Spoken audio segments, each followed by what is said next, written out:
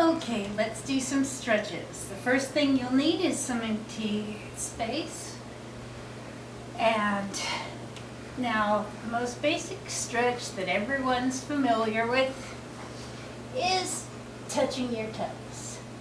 Now, if you do much stretching, this is not much of a challenge. So, what you can do is put your hands flat on the ground, and whatever level you're doing, whether it's here or down here or back here, you just kind of relax into it. When you're holding a pose, you want to hold it for at least 20 seconds.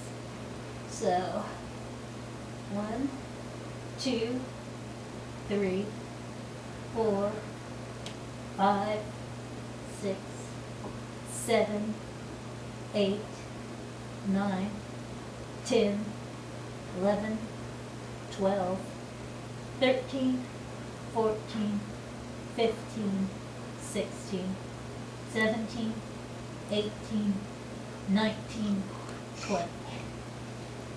And you'll notice I did not do any bouncing. You don't want to do that. It's possible to actually create some injuries doing that. And if you relax into a pose, you're actually getting more stretching in there and reducing your chances of injury. So this is one I learned from my husband Alan when he's doing yoga. Have your feet facing each other and stretch out as much as you can, pressing your thighs down. Do it without hands if you can, but you can also use your hands to help press if you need to. And you should really feel it in the inner thigh when you do it.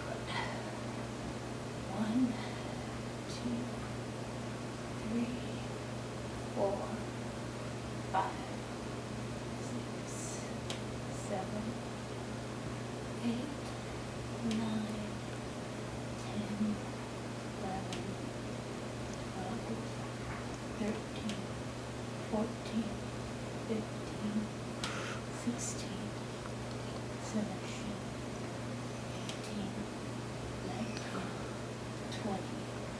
Another benefit of relaxing while you do them is it just gives your body the message that you can relax and be active at the same time. And I've got my toes flexed and pointed, and I'm stretching down to my head to my knees.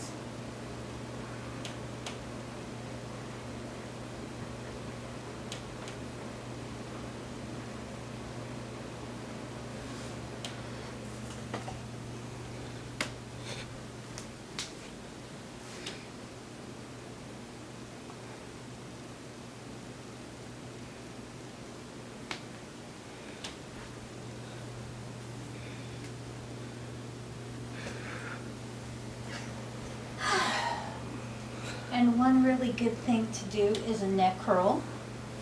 Get your chin down as far as you can and roll to one shoulder. Not as far backwards, because you really don't want to hurt those muscles. Over to that shoulder. And on these, instead of relaxing into a single pose, you try and relax while you keep that slow, constant motion.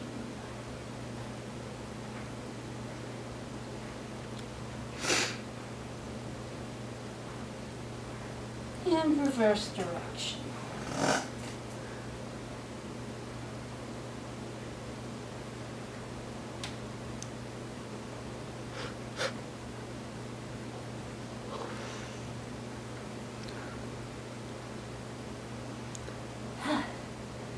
And this is great for getting your wrists to move the full range of motion.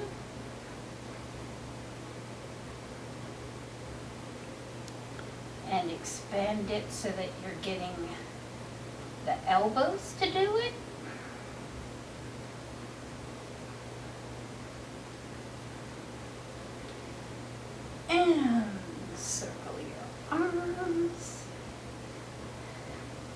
Let's stand up and get full circles. This is another one where instead of relaxing into a single pose, you get that arm range of motion going in a steady sort of move. And then across. And this is one you really want to try and relax into, because that will increase the level of stretch here so much, while at the same time really letting your blood circulate into some areas where, you know, maybe you're not getting that much daily use. And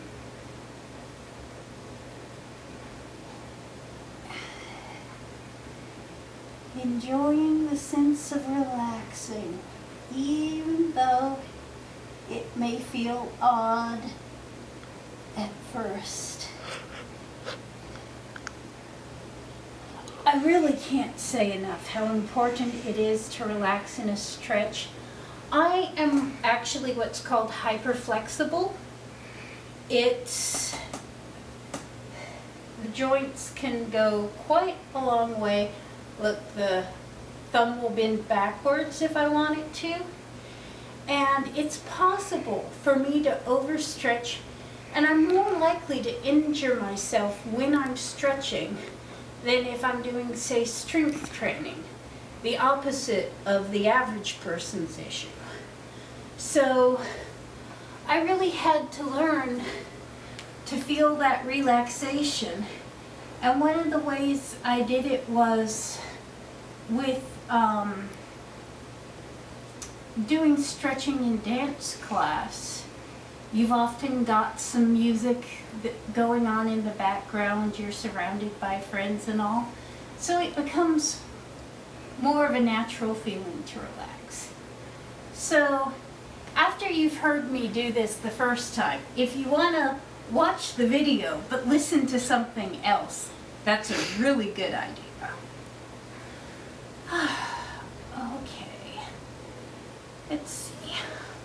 What we want to do is one leg forward, one leg across it, ankle to the knee, and then turn in the other direction as far as you can.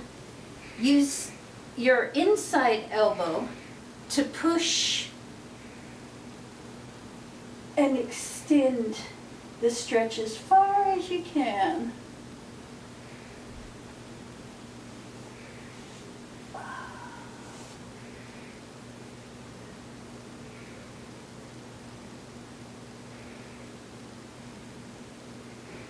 And the other way.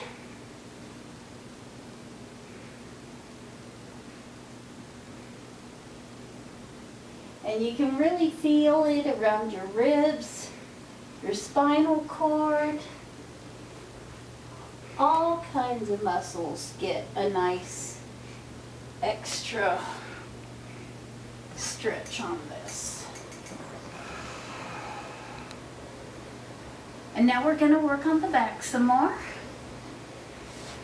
This is called the Cobra. It's also a yoga move.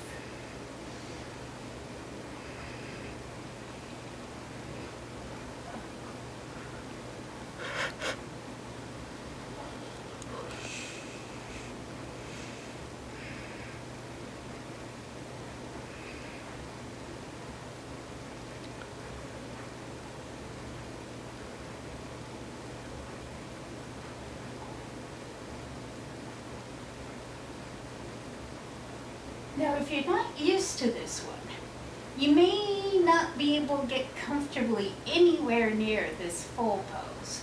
So some people start out with just raising themselves up elbow high, and you'll still get a nice stretch, but it'll go down to the middle of your back instead of all the way down to the small of the back. So you can try this if you're not comfortable doing the longer thing. And up. And then with this, bend the knee and stretch back on the other leg. And this you can't really relax into, I'll be honest with you there. So if it doesn't feel relaxing, that's okay. You're just making sure you get some extra stretches in. But this should be relaxing and feel good. And you're really kind of stretching out your upper arms when you do this, because you don't move your hands from where they were, but when you go back, it's going to really extend your arms as far up as they can go. And you're also feeling it through the back, you're curving it.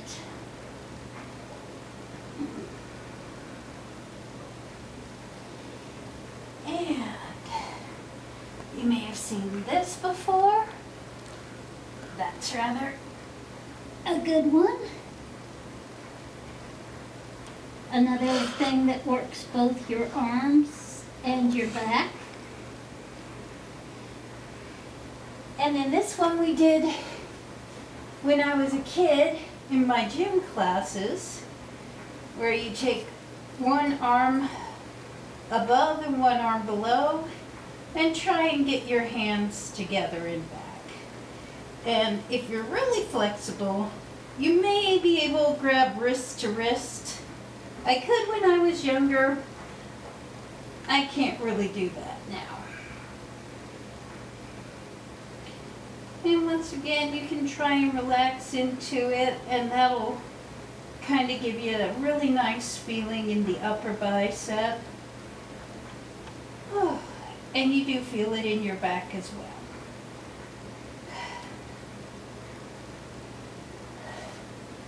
Shake things out a bit. That's a good idea to do every so often when you're doing stretches,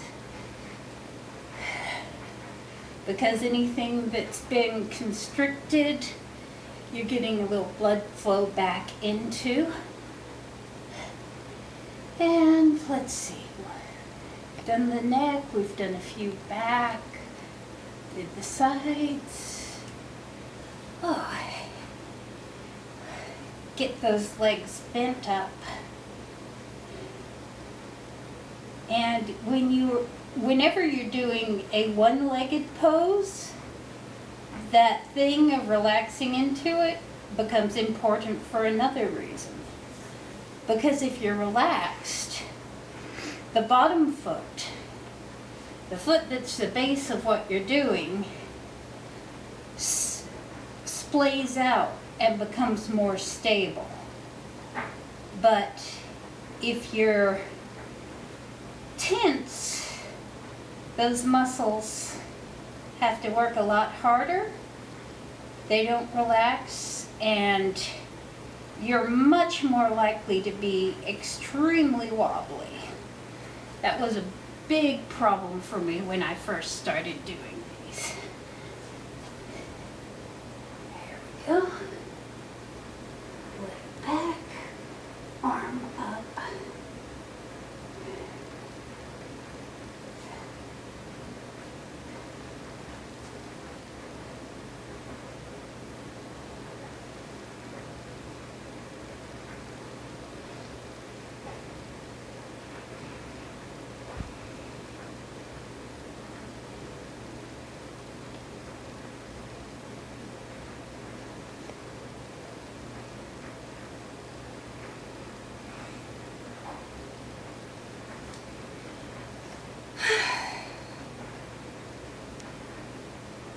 And lunge.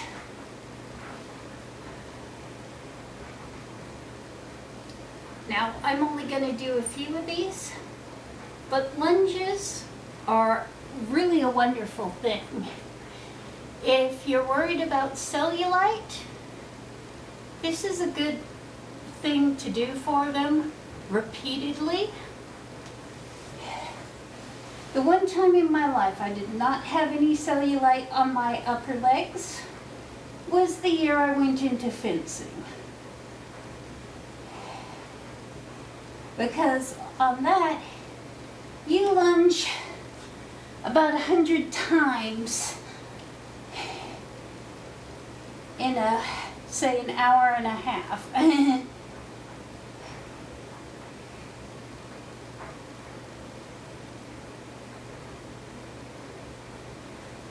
So sideways and front to back.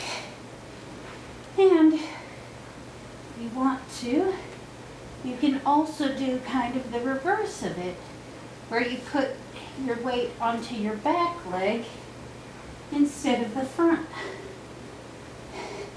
And that works a different set of muscles.